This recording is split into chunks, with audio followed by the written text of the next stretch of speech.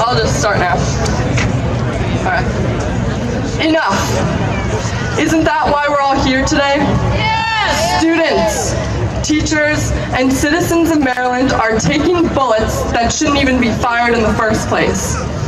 Taking a bullet shouldn't be asked of anyone at school, and the citizens of Baltimore City, or any city, shouldn't have to worry about being in the wrong place at the wrong time!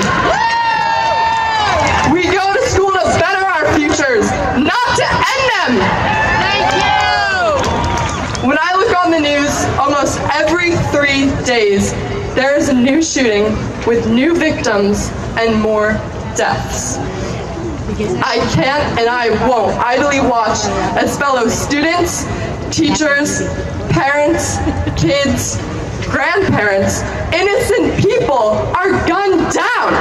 This should have been resolved after Columbine, after Sandy Hook, after Las Vegas, after Parkland, after St. Mary's County. As usual, hardly anything changes. That's ending now! Back in November, I was sitting in my geometry class when an announcement went on over the PA. A Poly alumnus, Jonathan Tobash, class of 2016, was shot and killed in a grocery store robbery gone wrong.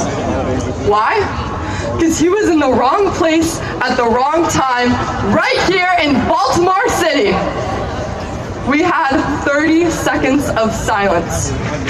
30 seconds to reflect on this man's entire life. The woman was so broken up on the loudspeaker that I couldn't even tell what his name was.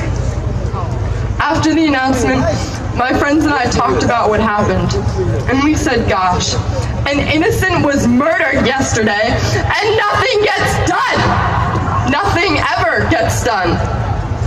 I can't even imagine what the Tobash family is going through, or any other victim, or victim's family for that matter, such as Jalen Willie.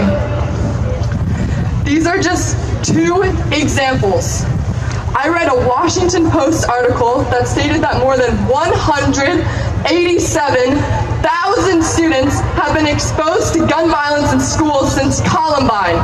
187,000! That's almost 5 times the population of our state capital. And that's just in schools. What about the countless murders occurring in streets and neighborhoods around the U.S.? We don't even have that number, but we all know it is much, much higher. It is time that we say enough.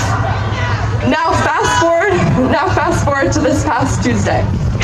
I was in biology class when news reaches us about yet another shooting, this time in St. Mary's County.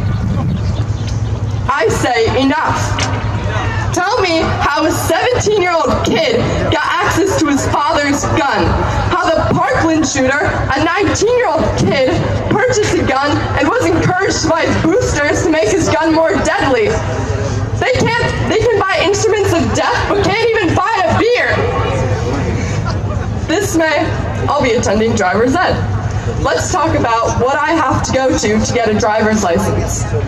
I have to go to driving school, take a test to obtain a learner's permit, have at least 60 hours of driving recorded, then take the actual driving test and pass before I can even get a driver's license and drive down I-83 legally.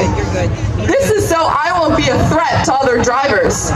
Then why could I walk into a gun show and get a gun just like that?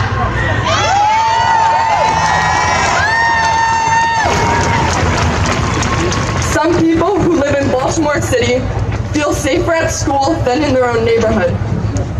We say enough!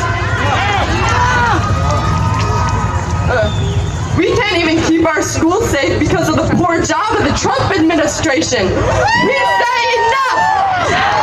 And all the other politicians who've been the puppets of NRA blood money for too long and won't change a thing. What do we say? Enough! All I hear is thoughts and prayers, no action, no change. What do we say? I'm sorry I can't hear you. I'm marching today for Jonathan Tobash. Tobash and his family. I'm marching for Columbine and all the other school shootings since then. Too many to list. And I'm marching for the 343 murdered last year in Baltimore and all the others who will follow until people living in ignorance and blood money get a wake-up call and realize that this won't fade. I will keep marching until change has been made. The students of Baltimore, of Maryland, and of the U.S. have had enough.